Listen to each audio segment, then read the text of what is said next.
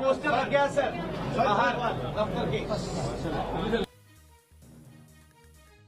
तो ये बड़ी जानकारी आपको दे रहे हैं। देवेंद्र फडणवीस से अमित शाह ने बातचीत की है। तो अब देखिए जो बातचीत का दौर है, जो बधाइयों का दौर है, वो भी चलने लगा है। फडणवीस को बधाई देना, अब तो देखिए कहाँ कौन किससे बात कर रहा है, नजर इसी पर रहेगी कि आखिरकार अगर अमित शाह बात कर रहे हैं तो ये अपने आप में काफी महत्वपूर्ण है। देवेंद्र फडणवीस से बातचीत हुई है। जो खबर है वो ये भी कि शिंदे और अजीत पवार को भी बधाई दी है गृह मंत्री ने।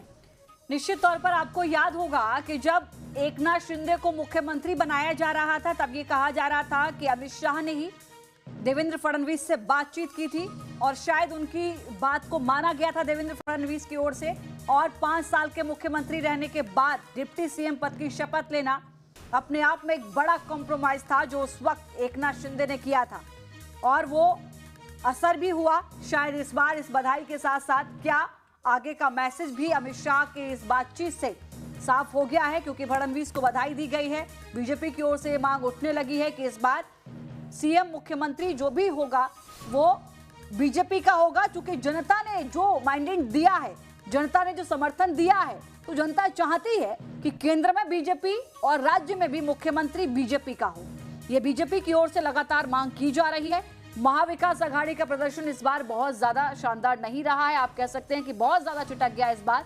विचारणीय विषय होना चाहिए और इस पर मंथन चिंतन करना चाहिए पार्टियों को। लेकिन 26 तारीख तक का कार्यकाल है। 26 तारीख से पहले ही जो है वो चेहरा भी स्पष्ट हो जाएगा और क्या समीकरण है, किस तरीके का फॉर्मूला तय किया गया है। अजीत पवार की ओर से हालांकि जो दावा किया जा रहा है वो कितना टिक पाता है और उसके कितना उसको सही मायने में माना जाए, ये भी एक सवाल हो सकता है। जो कि एनसीपी 38 सीटें, हालांकि एनसीपी का खुशबू अपने आप में प्रदर्शन बहुत अच्छा रहा है, लेकिन आप उनसे ऊपर 2 पार्टियों को देखिए। एकनाथ शिंदे की पार्टी एनसीपी से और ज्यादा, और बीजेपी तो सबसे ज्यादा सेंचुरी पार करती हुई 125 सीटों के आसपास ठहरती हुई नजर आ रही है।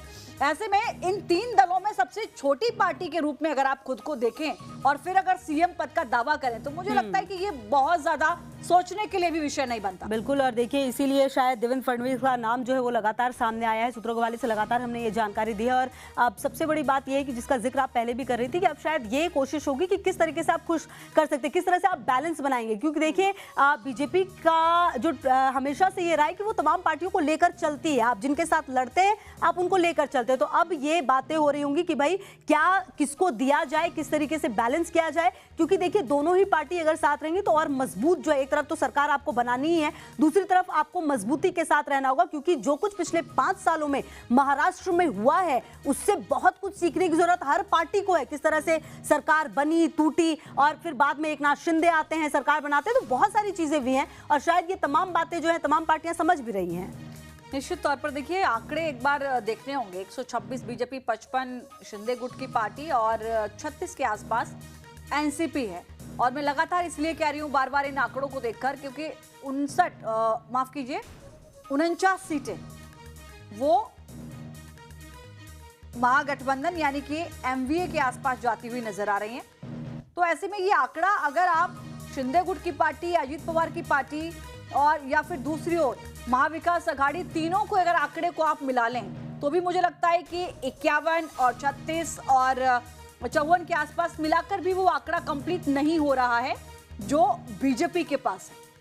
बिल्कुल, तो ये जो अच्छा अब विचार इस पर भी होगा कि आखिरकार महाविकास आघाड़ी इतना पीछे कैसे रह गई। आप जो अच्छा ये तमाम तस्वीरें जो है जश्न की आ रही हैं वो भी लगातार हम आपको दिखा रहे हैं। देखिए ये जश्न की तस्वीरें जरूर हैं। अच्छा महाराष्ट्र से तो ऐसी तस्वीरें आ रही हैं, लेकिन झारखंड में ये जश्न जो है वो कांग्रेस और जो जेएमएम है, अच्छा जेएमएम की देखिए एक सीट बढ़ भी गई है, 31 हो गया है मामला। और तो अब झारखंड में तो स्थिति जो अच्छा 29 पे पिता माय बाप जनतेचे कायम शेवटच्या श्वासापर्यंत ऋणात ऐतिहासिक विजयासाठी 26व्या फेरीपर्यंत थांबावं लागेल। पण विक्रम होतोय कारण आतापर्यंत परळी विधानसभा मतदारसंघाच्या इतिहासामध्ये किंबहुना रेणापूर विधानसभाच्या मतदारसंघामध्ये ज्या विजयी उमेदवारांनी मतं घेतलीत त्यामध्ये आताच तुम्ही दुप्पट मतं घेतली, तिथे 10 फेऱ्या आणखी मोजणं बाकी आहे। 16